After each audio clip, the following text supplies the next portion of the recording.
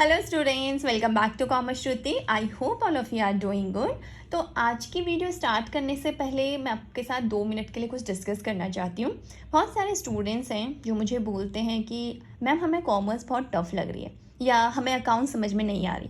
तो उन स्टूडेंट्स को मैं एक चीज़ बोलना चाहती हूँ एंड दैट इज़ कि ये सब्जेक्ट सबके लिए नया है, आपके लिए भी नया है, आपके बैचमेट्स के लिए भी नया है, क्योंकि हमने अभी तक अपनी स्टडीज़ में ना इसके बारे में कुछ पढ़ा था ना कुछ सुना था। साइंस को फिर भी हम जानते हैं, आर्ट्स को फिर भी हम जानते हैं। बट एक बात बताओ मुझे, आप में से बहुत लोगों ने 10th बोर्ड में बहुत अच्छा परफॉर्म किया होगा। तो क्या जो सब्जेक्ट्स आपने 10th तक पढ़े वो सारे आपको बचपन से आते थे? The answer is no. आपने धीरे धीरे हर क्लास में कुछ नए कॉन्सेप्ट सीख के अपना बेस स्ट्रॉन्ग किया था। तो सेम चीज़ आपको यहाँ पे भी फॉलो करनी है, क्योंकि कॉमर्स एक नई जर्नी है और आप एज्यूम करके चलो कि अभी आप नर्सरी क्लास में हो और आपको सेम स्ट्रेटेजी यहाँ पे भी फॉलो करनी है। आपको धीरे धीरे अपने सारे कॉन्सेप्ट्स क्लियर करते हुए जाने हैं without doubting yourself. And why I am saying without doubting yourself, क्योंकि आपके सराउंडिंग में आपको बहुत ऐसे लोग मिलेंगे जो आपको बोलेंगे कि commerce is very tough subject और उसमें अकाउंट्स तो is the most toughest subject जो किसी से नहीं हो सकता। आपसे मेरी एक रिक्वेस्ट है, stay away from those people. Yes, एक मेरा रिक्वेस्ट समझ लो, सजेशन समझ लो कि ऐसे लोगों से दूर रहो जो आपके माइंड में 1% भी नेगेटिविटी डालते हैं। And trust me, I can bet you, जिस दिन आप अपने कॉन्सेप्ट्स क्लियर करते हुए चलेंगे अकाउंट्स में, you will become master of accounts. Mark my words. So don't panic, don't worry, इतना स्ट्रेस लेने की नीड नहीं है। यू विल डू इट और बहुत ईजीली सारे सब्जेक्ट्स आप कवर कर लेंगे। ऑलराइट, तो चलिए स्टार्ट करते हैं आज की वीडियो, जिसमें मैं आपको पढ़ाने वाली हूँ अकाउंटिंग इक्वेशन। और यहाँ पे हम अकाउंटिंग इक्वेशन एक स्टोरी की हेल्प से समझेंगे, जिससे आपको बहुत ईजी हो जाएगा समझने में कि अकाउंटिंग इक्वेशन कैसे सॉल्व की जाती है। तो चलो स्टार्ट करते हैं।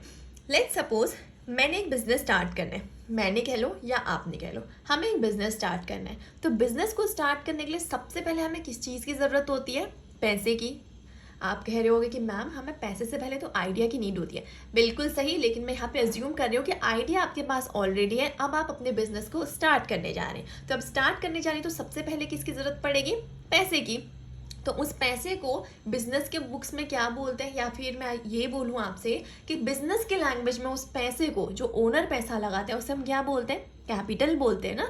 अब देखो, जैसे ये चीज़ नहीं पता कि कैपिटल क्या होती है, दैट मीन्स उस बच्चे के कॉन्सेप्ट्स क्लियर नहीं है, जो मैं आपको अभी चीज़ समझा रही थी। तो इस वीडियो में आने से पहले आप पहले अपने कॉन्सेप्ट्स क्लियर करिए। मतलब आपको चीज़ समझाई ना मैंने कि स्टेप बाय स्टेप आपको चीज़ें करनी है। तो पहले आपको कॉन्सेप्ट क्लियर करने हैं। जब आपको ये पता होगा कैपिटल क्या होती है, तब जाके आपको बहुत अच्छे तरीके से अकाउंटिंग इक्वेशन समझ में आएगी।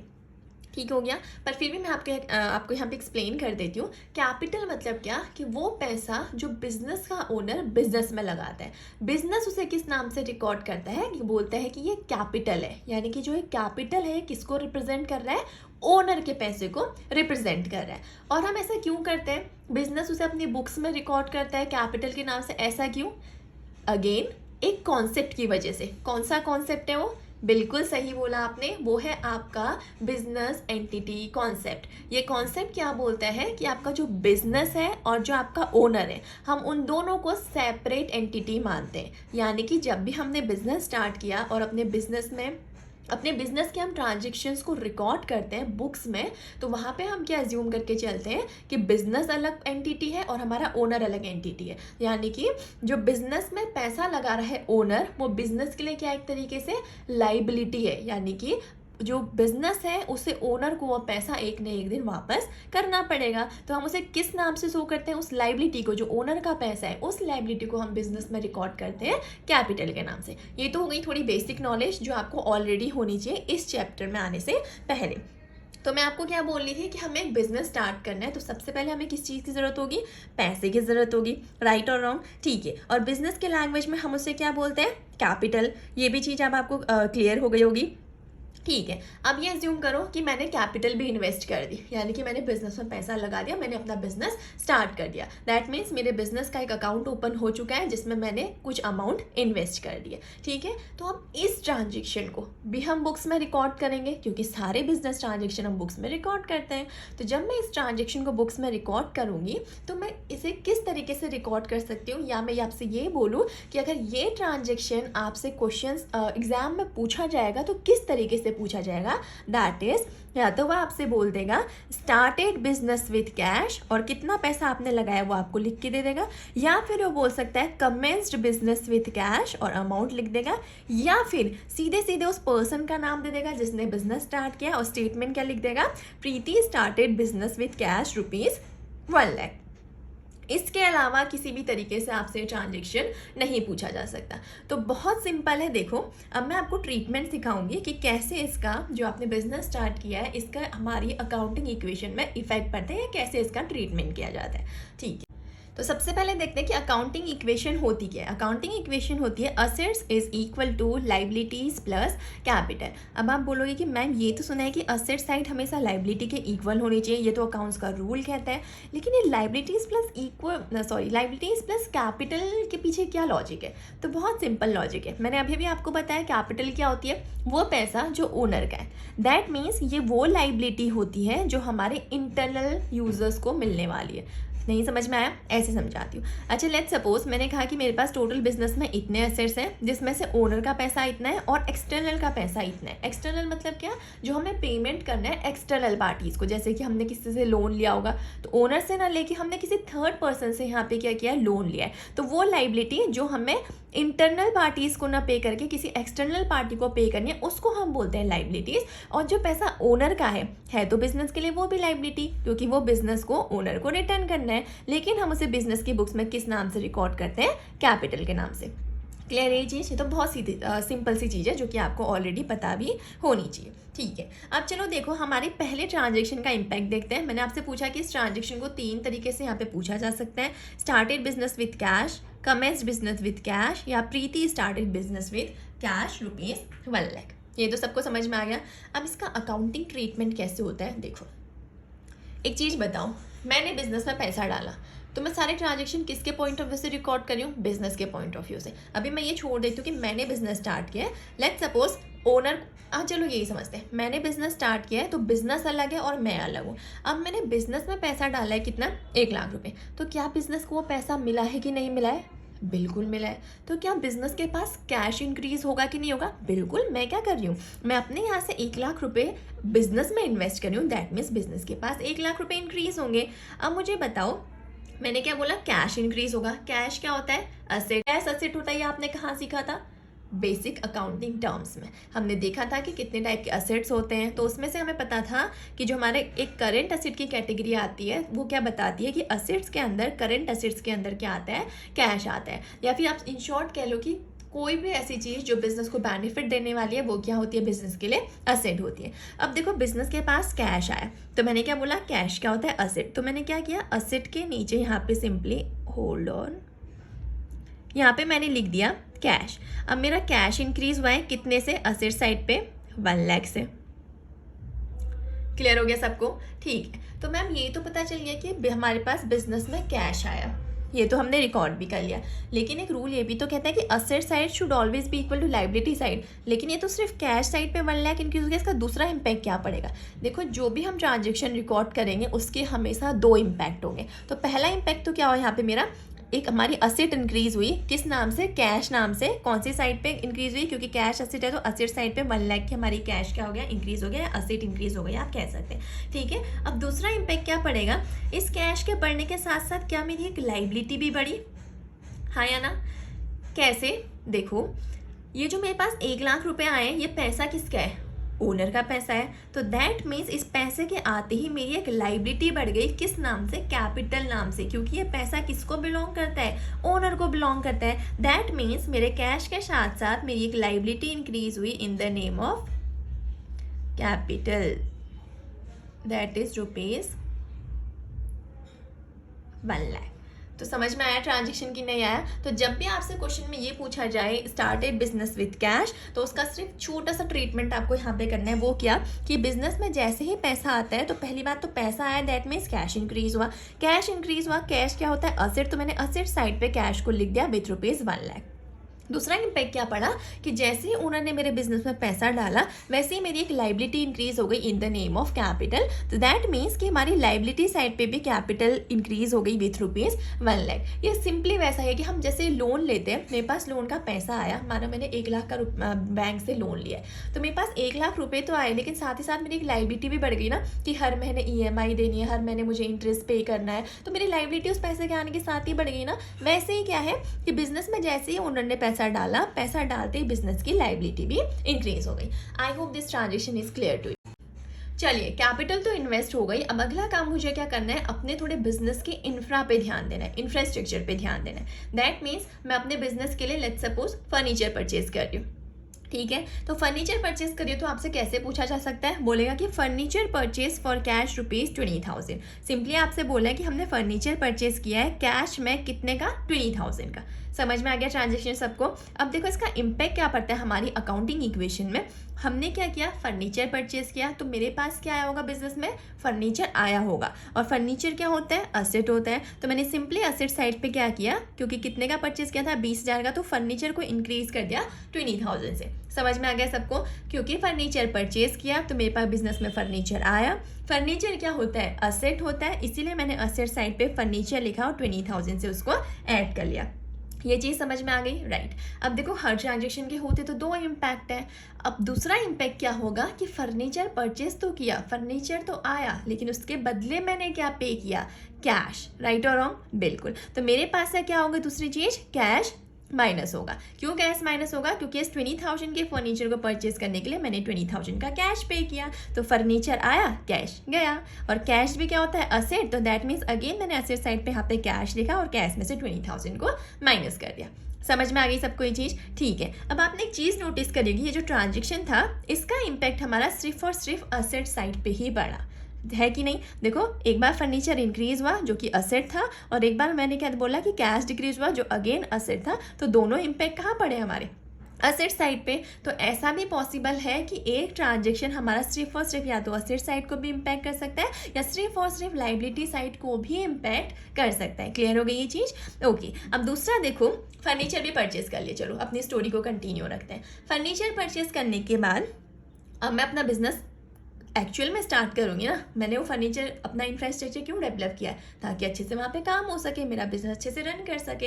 तो अब मैंने अगली चीज़ क्या करवाई, मैंने अपने बिजनेस के लिए गुड्स परचेज करवाए। गुड्स परचेज मतलब जैसे कि कोई रॉ मटेरियल परचेज करवा लिया, कोई मैंने स्टॉक खरीद लिया, यानी कि बना बनाया सामान खरीद लिया उसको सेल आउट करने के लिए, एनीथिंग, कुछ भी हो सकता है आपका गुड्स। तो मैंने क्या किया, गुड्स परचेज किए, कितने के, 30,000 के कैश में। तो देखो गुड्स को हम यहाँ पे गुड्स के नाम से शो नहीं करते, हम इसे स्टॉक के नाम से शो करते हैं, ठीक है। अब आपको पता है स्टॉक अगेन क्या होता है आपके लिए, असेट। तो मैं असेट साइड पे स्टॉक लिखूंगी, और स्टॉक मेरा कितने से इंक्रीज हुआ है, 30,000 से, क्योंकि मैंने 30,000 का स्टॉक परचेज किया है। तो मैंने स्टॉक पे प्लस 30,000 लिख लिया।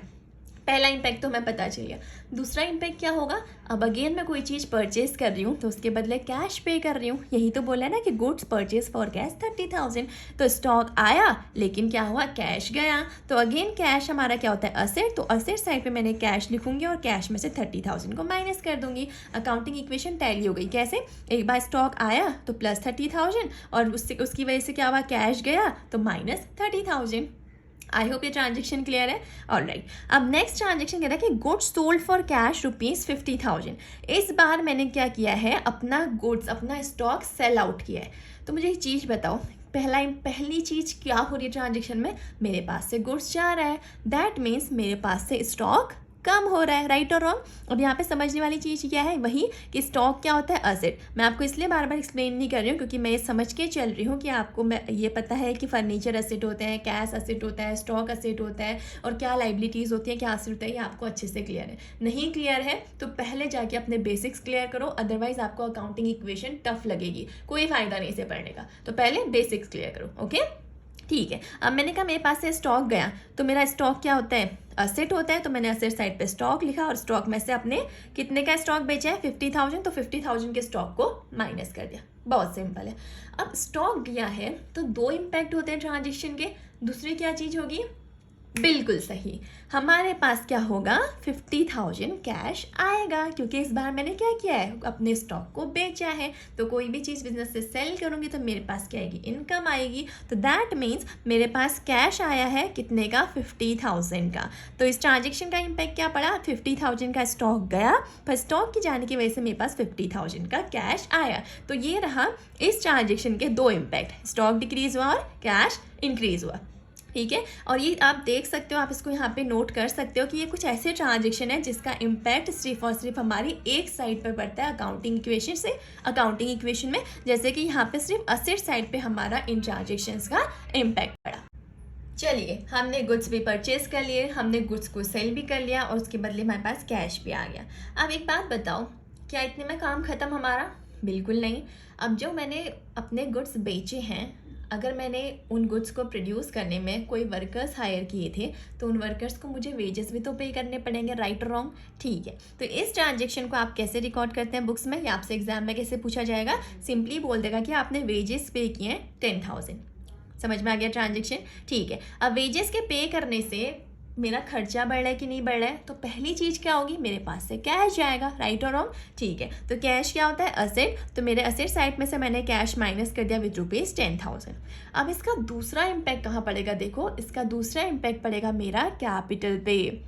एक चीज़ यहाँ पे स्टार मार्क करके नोट कर लो कि all the expenses are deducted from capital. जितने भी खर्चे होते हैं हम उसे कैपिटल से माइनस करते हैं, और जितनी भी इनकम होती है उसे हम कैपिटल में ऐड करते हैं। और ऐसा क्यों करते हैं? अच्छा, एक एग्जाम्पल से समझाती हूँ इसे। मानो मेरा पैसा है, मेरे पास 10,000 रुपीज़ पड़े, मैं उसे शेयर मार्केट में इन्वेस्ट कर रही हूँ। ठीक है, अब जिस बच्चे को ये नहीं पता कि शेयर मार्केट क्या चीज़ है, ये कौन सी बला का नाम है, तो now you are commerce student, आपको इसके बारे में पता होना बहुत इंपॉर्टेंट है। एंड ये कॉमर्स स्टूडेंट होने की बात नहीं है, आजकल अप टू डेट रहना बहुत इंपॉर्टेंट है। मतलब दुनिया में क्या चल रहा है, कैसे चीज़ें वर्क कर रही हैं, लोग कहाँ जा रहे हैं, कहाँ नहीं जा रहे हैं, ये सब चीज़ें पता होना बहुत ज़रूरी है। तो उसी का एक पार्ट है आपका स्टॉक मार्केट भी। तो आपको पता होना चाहिए स्टॉक मार्केट क्या होती है और क्या नहीं होती है। ओके, चलो, मैं आपको एग्जाम्पल दे रही थी कि लेट्स सपोज मेरे पास 10,000 रुपीज़ है और मैंने कहीं पे इन्वेस्ट कर दिया। ठीक है, अब अगर मार्केट ऊपर जाती है, प्रॉफिट होता है, तो वो पैसा किसका,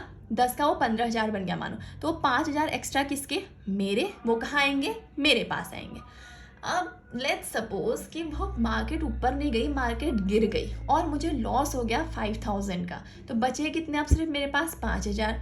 तो वो 5,000 जो मुझे लॉस हुआ वो किसकी जेब से गए, मेरी ही तो जेब से गए ना। तो दैट मीन्स प्रॉफिट हुआ तो भी मेरा और लॉस होगा तो भी मेरा। तो वही सेम केस यहाँ पे अप्लाई होता है, क्योंकि ये कैपिटल अकाउंट किसको रिप्रेजेंट कर रहा है, ओनर को। माना कि ओनर और बिजनेस को हम अलग अलग मानते हैं, लेकिन ये पैसा अल्टीमेटली है किसका, ओनर का। रन तो बिजनेस वही कर रहा है ना। तो जो भी इनकम होगी किसकी, ओनर की, और जो भी खर्चा होगा किसका, ओनर का। तो इसीलिए कैपिटल में से सारे खर्चों को माइनस किया जाता है और सारी इनकम को कैपिटल में ऐड किया जाता है। क्लियर हो गई सबको ये चीज़? ओके, चलिए, वेजेस तो पे कर दिए। अब एक बात बताओ, मेरे पास ऑफिस में और भी तो स्टाफ होगा ना। मेरे पास कोई अकाउंटेंट होगा जो मेरे अकाउंट्स हैंडल कर रहा है, मेरे पास एक HR होगा जो मेरे बिजनेस में रिक्रूटमेंट का काम देख रहा होगा, मेरे पास एक मार्केटिंग की टीम होगी। तो क्या इन सबको मुझे सैलरी पे करनी पड़ेगी कि नहीं? बिल्कुल। तो इस ट्रांजेक्शन को कैसे पूछा जा सकता है कि आपने सैलरी पे करी विद रुपीज़ 20,000, तो इसका इम्पैक्ट क्या होगा, सैलरी पे की है ना तो कैश जाएगा, कैश जाएगा, दैट मीन्स मैंने कैश में से 20,000 को माइनस कर दिया। और अगेन सैलरी पे करना मेरे लिए खर्चा है ना, ये मेरे प्रॉफिट को या मेरी कैपिटल को रिड्यूस करेगा ना। क्यों? क्योंकि अभी मैंने बताया कि all the expenses are deducted from capital. तो दैट मीन्स सैलरी पे करने की वजह से एक तो मेरा कैश गया, और क्योंकि ये एक्सपेंस है तो इसने मेरी कैपिटल को भी रिड्यूस किया विथ रुपीज़ 20,000। क्लियर हो गया? ओके, अब देखो, जहाँ पे मैंने सारा प्रोडक्शन किया, अपना स्टाफ रखा हुआ है, मेरा HR अकाउंटेंट सब बैठा है, मेरे बिजनेस को देख रहा है, वो जो प्लेस है ना वो मेरी अपनी प्लेस नहीं है, वो मैंने रेंट पे ली हुई है। तो क्या मैं हर महीने उसका रेंट पे कर रही होंगी कि नहीं? बिल्कुल, मैं हर महीने उसका रेंट पे कर रही होंगी। तो रेंट पे करने पे आपको ट्रांजेक्शन ऐसे पूछा जा सकता है कि रेंट पेड रुपीज़ 50,000। तो सिंपली इसका ट्रीटमेंट भी क्या होगा, रेंट पे कर रही हूँ तो मेरे पास से कैश जा रहा है, तो मेरे असेट साइड में से कैश रिड्यूस हो गया विथ रुपीज़ 50,000। अब क्या है, रेंट पे करना मेरे लिए खर्चा है कि नहीं है? बिल्कुल मेरे लिए खर्चा है। तो सारे खर्चे कहाँ से माइनस होते हैं, कैपिटल से। तो दैट मीन्स मैं इस रेंट पे को माइनस कर दूंगी कैपिटल से विथ रुपीज़ 50,000। इसे करेक्ट कर लेना, दिस इज 50,000। क्लियर हो गए ट्रांजेक्शन? चलिए रेंट भी हमने पे कर दिया, लेकिन एक चीज़ हुई, वो क्या कि जो हमने पूरी बिल्डिंग एक रेंट पे ली हुई थी ना, हम उस पूरी बिल्डिंग का यूज़ नहीं करते थे। उसका एक कमरा जो था वो हमेशा खाली पड़ा रहता था। तो मैंने क्या किया, उस कमरे को रेंट पे चढ़ा दिया। तो क्या मुझे वहाँ से रेंट मिल रहा होगा कि नहीं मिल रहा होगा? बिल्कुल मिल रहा होगा। तो क्या रेंट के मिलने से मुझे कोई इनकम हो रही है कि नहीं? बिल्कुल हो रही है। तो क्या मैं इसे बिजनेस की बुक्स में रिकॉर्ड करूंगी कि नहीं? बिल्कुल करूंगी। तो ये ट्रांजेक्शन आपसे कैसे पूछा जा सकता है कि रेंट रिसीव ₹5000। समझ में आ गई चीज़? ठीक है। अब इसका अकाउंटिंग इक्वेशन में क्या इम्पैक्ट पड़ेगा? क्योंकि मुझे रेंट मिला है तो मेरे पास कैश आया है। कैश क्या होता है? Asset. That means asset side पे कैश इंक्रीज हुआ विथ ₹5000। और अभी अभी आपको मैंने एक चीज़ बताई कि इसका दूसरा इम्पैक्ट कहाँ पड़ेगा? कैपिटल पे। क्यों? अभी आपको एक चीज़ समझाई थी, all the incomes will be added to capital and expenses will be deducted from capital. तो ये इनकम है ना, मुझे बिजनेस में इनकम हुई ना, तो दैट मीन्स मेरा कैश तो इंक्रीज हुआ ही हुआ, क्योंकि इस कैश के इंक्रीज होने से साथ साथ मेरी क्या हुई, कैपिटल भी इंक्रीज हुई विथ ₹5000। क्लियर हो गई ये चीज़? ओके। एक और ट्रांजेक्शन यहाँ पे इसके साथ में आपको समझा देती हूँ, दैट इज कमीशन रिसीव्ड। अब लेट्स सपोज आपको कभी बिजनेस में छोटा मोटा कमीशन मिलते रहता है, तो कमीशन मिलना क्या आपके लिए एक तरीके से इनकम है ना, क्योंकि कमीशन रिसीव हुआ है 3000 का, दैट मीन्स आपके पास 3000 का कैश आया होगा। कैश क्या होता है आपका? असेट। तो असेट साइड पे कैश इंक्रीज हुआ विथ ₹3000। समझ में आ गई चीज? ठीक है। अब इसका दूसरा इम्पैक्ट कहाँ पड़ेगा? कैपिटल पे, क्योंकि ये हमारी इनकम है, इसीलिए मैंने इसको क्या किया, कैपिटल में ऐड कर दिया विथ ₹3000। तो आई होप आज मैंने आपको जितने भी ट्रांजेक्शन्स करवाए with the help of story, आपको वो समझ आए होंगे। आपको पता चला होगा कि कैसे हम ट्रांजेक्शन्स को रिकॉर्ड करते हैं या कैसे आपसे वो ट्रांजेक्शन्स एग्जाम में पूछे जा सकते हैं और उनका क्या इम्पैक्ट पड़ता है अकाउंटिंग इक्वेशन में। तो आज की वीडियो को यहीं पे एंड करती हूँ, इसको ज़्यादा स्ट्रेच नहीं करते हैं। नेक्स्ट वीडियो में मैं आपके लिए लेके आऊँगी इसी के कुछ टफेस्ट ट्रांजेक्शन, जिसे मैं आपको अगेन एक स्टोरी की हेल्प से समझाऊंगी। ऑलराइट, तो अगर वीडियोस पसंद आई हैं, कंटेंट फ्रूटफुल लग रहा है, तो please do like share and subscribe. आज की वीडियो को यहीं पे एंड करते हैं, मिलते हैं नेक्स्ट वीडियो में। Till then thank you so much, bye bye.